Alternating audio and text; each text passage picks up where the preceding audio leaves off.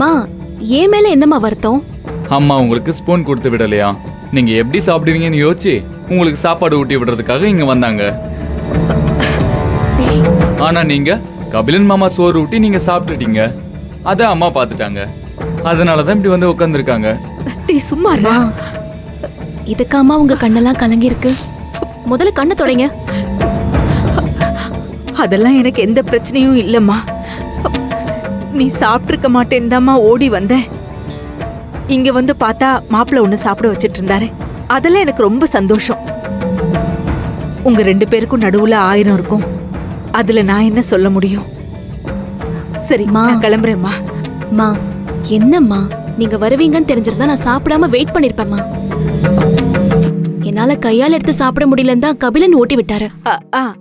அதெல்லாம் பரவாயில்ல புனிதா, விடு. நான் தான் ஒரு பைத்தியக்காரி. உனக்கு பசிக்குமே, உனக்கு கை வலிக்குமே, ஐயோ எப்படி என் பொண்ணு சாப்பிடுவாளோ, எப்படி ஆபீஸ்ல என் பொண்ணு வேலை பாப்பாளோன்னு யோசிச்சு யோசிச்சு, ஐயோ கடவுளே, விடு விடு. அது இந்த அம்மாக்களே இப்படிதாம்மா. இப்ப உன்னை பாத்துக்கிறதுக்கு ஆள் இருக்குன்னு என் மரமண்டைக்கு சில சமயம் புரியவே மாட்டேங்குது. அத நான் பாத்துட்டேன்ல. நல்லா பாத்துக்கிறாரு அவரு உன்னை.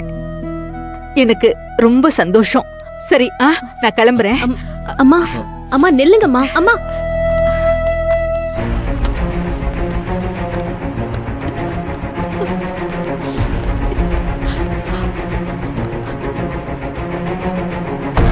அக்கா என்னக்கா, அம்மா இப்படி எதுக்கு எடுத்தாலும் அழுவுற ஆளே கிடையாது. அவ்வளோ கம்பீரமான அம்மா இப்படி எல்லாத்துக்குமே அழுவுறாங்க.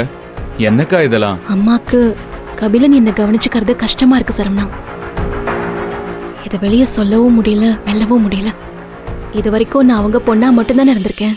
இப்ப நான் இன்னொருத்தருக்கு மனைவிங்கிறத அவங்களால ஏத்துக்கவே முடியல.